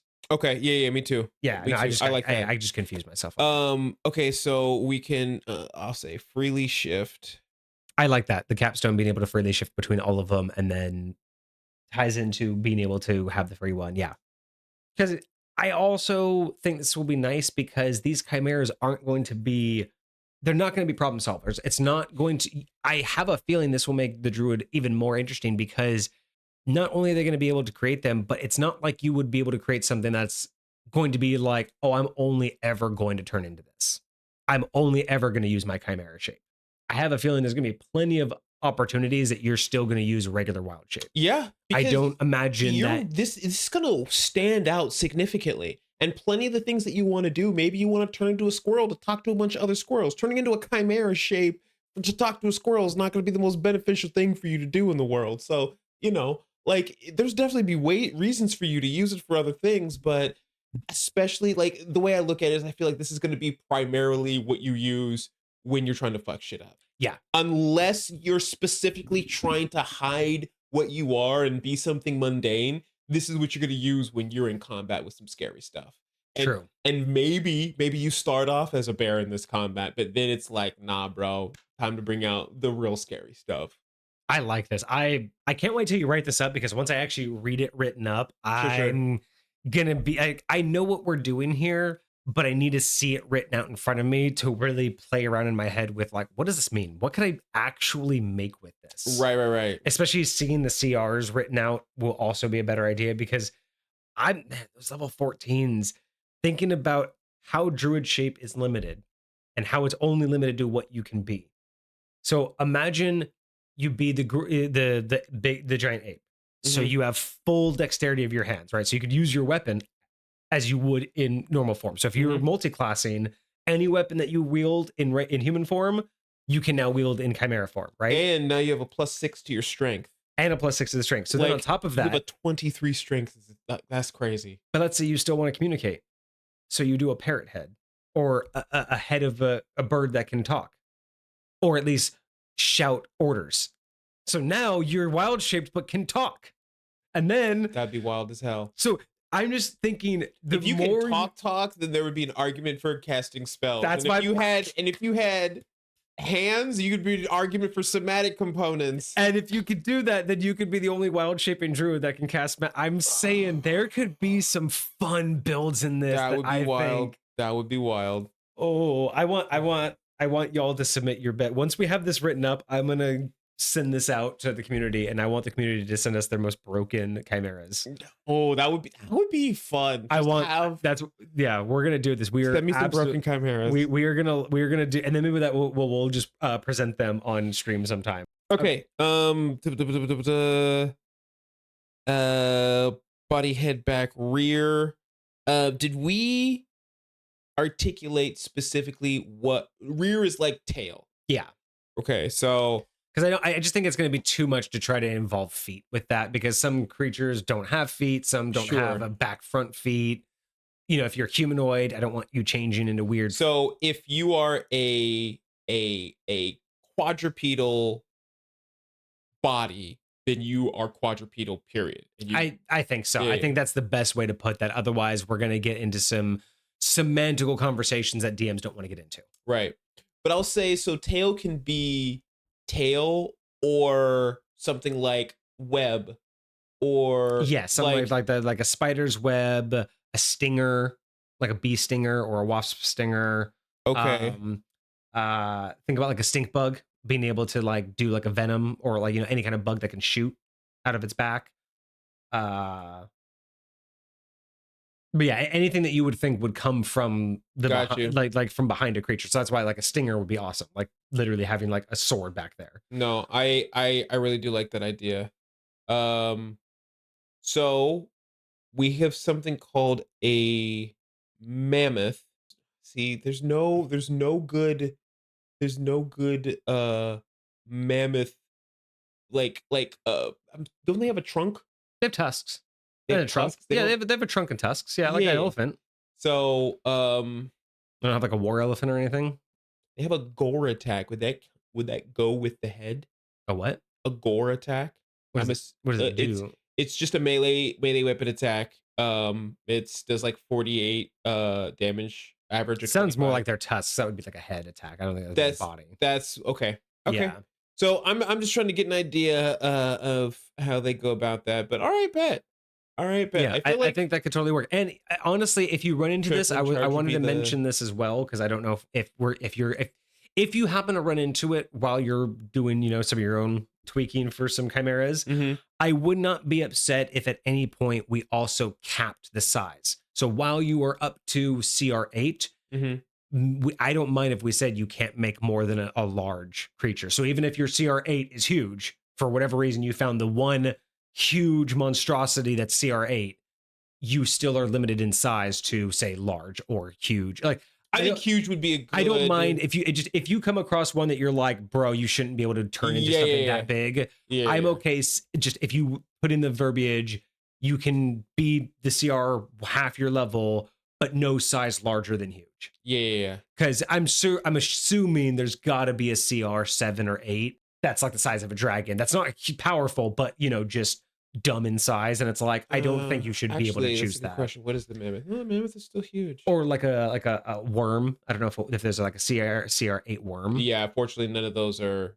The beast, beasts. Yeah. But you know what I'm saying. If definitely. You happen to come across a rare occasion where you're like, we don't want that to be abused, or the other option is maybe a sperm whale, which is gargantuan, but that's the level 8, so we can't choose that one anyways. Yeah, can't even do that.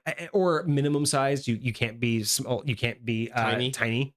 Like, so you can be any CR, but you cannot be size tiny. Like, it has to be size small or larger. Okay. So you're for, you know, like, again, because I could see that maybe we just don't want like little itsy bitsy, like, you know, fly sized things. So I'm just thinking, I'm just trying to think out loud. If you want to put any of those limitations, feel free.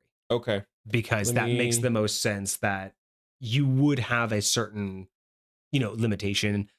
We did talk about like putting in, verbiage that, especially for the back, size permitting or size adjusting. So if you choose wings, it's going to fit to your size kind of thing. I mean, it should be obvious. Right. This is going to be dope. I think the lore behind this will be a lot of fun too. Just like people coming up with the idea of how this came about. So Cart brings up another interesting aspect. This is probably the last thing we talk about today. Because I think we're pretty much done with the build. I think so. I'm running through making sure I have everything, but I think we should be okay. The last thing that we could consider, and this one's only for historical or how close do we want to be to the original Chimera versus are we just using that as a name to insinuate we're blending creatures. But the very original Chimera did have fire breath. It did have a breath weapon. And I don't think any beasts that druids can turn into get breath weapons. So I don't think it needs it. I think that might be too much. But technically it's on the table because Chimera traditionally did have a breath weapon. And it was only fire. It was specifically, it could breathe fire. I don't know if it's necessary. I would say, if you want to include it, the best way to go about that would be to say you can choose a breath weapon according to the way dragons choose breath weapons, or dragonborns choose breath weapons, with the size, shape, and all that stuff, instead of an extra. Oh, for the capstone, you can either choose an additional head, back, tail, or a breath weapon. Fuck it. I'm 100% okay with that. I mean, I could see some people having an issue because while it fits for Chimera, I could see some people having an issue of how do you explain a druid being able to do that. I could. Sure, but I mean, even elemental wild shape. You get elemental wild shape in the Moon Druid, right? And so they're able to tap into the elements, right? Yeah, so like, why? They turn into an elemental. That's so fair. many of the druid spells are elemental spells. Like the majority of them are earth, water, ice, all that extra stuff. Like that's what they're all about. So I'm okay with that. I think it's fine. Yeah, let's do it. Let's add that in there, and we'll let other people tell us we're wrong. Fair. Or we do the good thing and we write it as we had it, and then we just add that as optional if for DMs if you don't want to run another limb. Got you. Run a breath weapon. So we could just say there's an optional rule instead of it giving it as a standard. That could be that weird thing that we do that says DMs, this is an optional rule if you don't want them having 2 heads or 2 tails or 2 resistances, whatever. Thanks, Cart. Thanks for bringing that up because I forgot about thinking about the breath weapon. Breath weapon instead of additional limb. Got it. Okay. Thug life. So when you're ready, I'm going to run through real quick what I have just to make sure I am not missing anything that we want to make sure we include that you can think of off the top of your head. And I think we should be kind of groovy. All right, let's do it. All right. So at 2nd level, you get head and you get body. And we have all of the articulations of what body does and what head does. Head's just basically your vision, your perception, your bite if you have it. Your body's pretty much everything else. Hearing as well, if we need to add. Yes, I kind of include that into perception. So like whatever visual, hearing, all that kind of stuff. Yep. 6th level, you get body, head, and then you get to add a back. At each one of these progressive levels, you're going to get a singular option to upgrade and change a piece of one of the previous ones. Right. Your back piece is going to be articulated as wings, shell, scales, hide, spikes. Those will progress with you as you continue to level. Those will be articulated specifically for your AC, for your fly speed, and for your back damage. Yep. They will increase as you go. Additionally, at 6th level, you will gain a free use of your Chimera wild shape once per long rest. Next is going to be 10th level. You get head, body, back, and rear. Rear is classified as tail, web, stinger, etc. Things of that nature. Anything you can find that would fall into that category. You also at 10th level, your attacks specifically in your Chimera form become magical for the purposes of overcoming resistances. Yep. I think that's it for level 10. Level 14 is the big one. You get head, body, tail, rear, and additional limb, or as an optional rule, you can get a breath weapon as articulated by the Dragonborn stats. Would you say they get that resistance? I vote no. Say again? Resistance to the element. Normally, Dragonborn get resistance to the element of their breath weapon. No, I would not say that they get resistance. Okay. It's enough that they're getting to be able to do a breath weapon. They don't get resistance. Agreed. In return. Agreed. So you get to add the additional limb or a breath weapon. Additionally, at level 14, while in your Chimera wild shape, you can freely shift between any of your other Chimera forms. Yes. And for the duration of your wild shape. For yeah. the duration of this particular wild shape. Yep. All other wild shape limitations apply. Oh, maybe at level 2 I want to articulate this. It's the half level thing. You can, for purposes of choosing creatures for your Chimera. Oh yes. You can choose creatures of a CR. CR 1/2 your level. Okay. Actually, 1/2 your druid level. Yes. Because it caps at level. Well, because even if you're level 20, you only get 4 chimeras. But just for the sake of multi-classing, we don't want someone to reach their 14th level druid at 20th level character and then say, well, I get CR10. Yeah. So it has to be half your druid level. Got it. And because that way, no matter what, when you make druid 14, you have to create your 4th chimera. So again, you can't be a level 20 and get around it. No waiting to be a higher level to create your chimera. And there's no more adjusting after level 14. Yeah, that would be your lot. You get one more adjustment point for any one of your previous 3, and that's it. So you've had 3 chances to perfect your chimera. You better not make any more mistakes. CR half your druid level for chimera. Got it. Okay, so at second level you automatically get for CR1, and that's the same for Moon Druid. And that's the same for the Moon Druid, is you already start at 1, so I think that's perfect. They just go a third of your level, but because we're taking pieces and because of the options, I think half our level for the individual pieces makes more sense, because again, you're not embodying an entire creature, you're just getting an aspect that you can imagine. What's the scariest thing you can get at a CR1? Tiger, you got lion, you got giant spider, giant vulture. I mean, granted, vulture has got a fly speed, so you can't choose that yet. Yeah. Okay. You're gonna cut that in half somehow. You're gonna, well, maybe not even cut it in half. Like, you drew a giant spider and then a fucking alligator head. Wild. It just crawls at you and that would be bite the shit out of you. Horrifying. It really would too. Golly. I'm telling you, I want to see these chimeras. I want your most demented chimera builds. So interesting. So if you choose a foundational body that has a tail, it just still has that tail at level 2.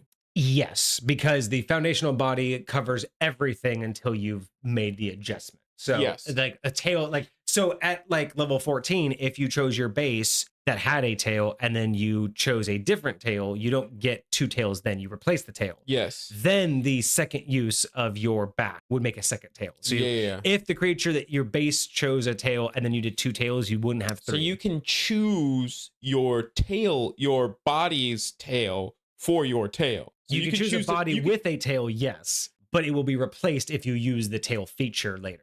So when I get access to rear at level 10, right? And so I need to choose something for that. I can choose the one I already have, theoretically. Theoretically, yeah. Okay. This basically, if it behooves you to keep what you have, if I like what I have, you wouldn't benefit from it. But that's where the tacticalness of then, is there really a thing that has the body and tail that you absolutely need that wouldn't have a better combo? But in that particular case, yes, I don't see a problem in that case. But that also means early on for your first chimera, like let's say, you get an upgrade at level 14, you get your upgrade piece. There's nothing stopping you from changing the body of your first chimera to have a tail. And now you actually get a tail feature, even though you didn't get the tail chimera. So lots of scalability and lots of tactical use, but I'm okay with that. I'm okay that if the base has a tail, it has a tail. Now, okay, I guess and I do not think any of these should be optional. That's the whole point of a chimera, is If you chose a creature and says, well, it already has a tail and I don't want to change it, that's tough luck. You have to choose a rear. Like, it's a chimera. It has to. And like I said, you can choose the rear that's already there. If you choose a snake body and you want a snake tail, you can theoretically choose. Yeah. I mean, I'm almost tempted to even say no, but I very rarely think that'll be the case. Sure. But yeah, like, because I mean, you know, what would be the point of choosing your 14th level chimera that's a bear? You wouldn't do that. That's the thing. I would say there are certain creatures that qualify as not having a tail. And so I would agree that you have to choose a tail. But choosing a tail that you already have is still choosing a tail. That's fair. Yeah. Right. So like you're still you do have to choose a tail. If you choose a bear, then you're gonna have to choose something for that thing. Like you can choose a web, you can choose a stinger. It's gonna be unlikely that you're not gonna choose a tail, but yeah, like the whole point is you choose a rear no matter what. So, yeah, exactly. I'm okay having that verbiage in there that a tail that comes with the base body is still a work. Okay. But is replaced when adding a rear feature. If not, but you can choose the feature of the same. Okay. Cool. Yeah, I really think that would end up biting you in the ass. I don't know. There's gotta be a possibility where there is a creature that just has like the best tail and body combo. Really? Wild. Tell me how you really feel about So that. aggressive. Yeah, I'm liking this. This is cool. I do like this a lot. I'm trying to figure out what CR and or what it's qualified, like a giant scorpion. I want to know. Right. I want to know what that looks like, because there's definitely going to be some creatures that just don't have any effective use for their tail. There's definitely going to be some that do, but it's like going to if be you a chose lot an alligator that body, it'll have a tail. Yes. But why would you keep that tail over something that has a tail that can do something, right? Yes. That's what I'm thinking. Is like it's going to be very few and far between that you're going to choose a body that is great for your build and has a tail that's also great for your build, right? Like I don't think that's going to be a problem for us to worry about. Let me ask you this. Do you have to choose a tail that does something? Can you theoretically choose a mundane tail? Sure. I mean, the rear is just choosing. Right. The idea is to give you a feature. If you don't want to use it, you don't have to, but you can't choose not to use it. Like you can't just be like, oh, I'm not going to. But the point is you don't have to make this thing that bad, but that's the point. It's supposed to. Like, sure. Raw versus Rye. Yeah. It's rules as written says you can. Now, that original Chimera, the snake tail that they have, does it have like a head on the tail? Because I feel like that. What do you mean? Like the tail, it can bite. The traditional, yes. The tradition one, yeah, its tail was the front of a snake. Yeah. So that's not what we're talking about. I'm not trying to go that far because that's why you can have two heads. I don't, sure. Because that's so situational. Of if you choose a snake tail, then the snake is actually a head. Yeah. We can't really make that work for everything. So I'm okay admitting that part. Okay. Cool. But I'm okay. Again, this is where a lot of problems happen when you want to like get an idea out there, but you don't want to make it too wordy. Because like a snake head if I have like, let's say a bear body and an eagle head, but then I choose another head and I do a snake head. Does my snake head get reach on my bear body and my eagle head? So do I have like an eagle head that can do a bite at 5 feet melee, but do I get a snake head that can reach out and snap? I like what you're saying, kind of like the what do we have it? That homebrew race that we got. That dragon one. I like what you're saying, but I also feel like the heads that we would have would be side by side. Exactly. So like that's how I was imagining. The neck length like is this. own. It's not like this. Right? It's not gonna be offset. It's gonna be this. Yeah. That's exactly how I felt, but I'm just like, how does that work? But if you choose a frog head and then you can use your tongue. I don't know. I like that. Disarm someone with their weapon. Just like, give me your sword. It's still wild to me because I feel like for the swallow ability for the frog, like you need the big body, but also you're gonna need a mouth big enough. So like, now granted, a snake, they got that unhinged jaw type shit. Right. So well, and the like, frog has like the gullet thing, and it's magic. I'm okay saying that it just needs the head, not the body. Like, you know what I mean? Like, I'm okay. What is it? The suspense of disbelief is sure. It's like, you know, we've got to let it go at some point. I think we have something solid here, though. I think this is going to be something really unique. Again, I need to I need to just start posting these randomly throughout the week and not like worrying about it like a day to post. I just need to get this stuff on our Oh, channel out there. Yeah. because getting this stuff on the channel would be so great. Dude, I think this is gonna be clean. So I got to start putting this, and then when we get the website, and then we can have it all neatly displayed. Oh, yep. okay. I think we're good here. We good? I think so. All right. I think so. I think that's phenomenal. I think we are fine with that build. That was fun. That took a little bit longer. I thought it was going to be a walk in the park. I thought this one was just going to be like a, okay, they could just have a different head and a different body. How hard's that going to be? Well, Harder than you think. Thank you so much. We will get that stuff posted. Have a great rest of your night. I hope you guys had a great week. I hope you have a fantastic weekend ahead of you. We'll be back on Monday. Probably won't be streaming this weekend. So I hope you guys have a great weekend, guys. Cheers. deuces, my friends.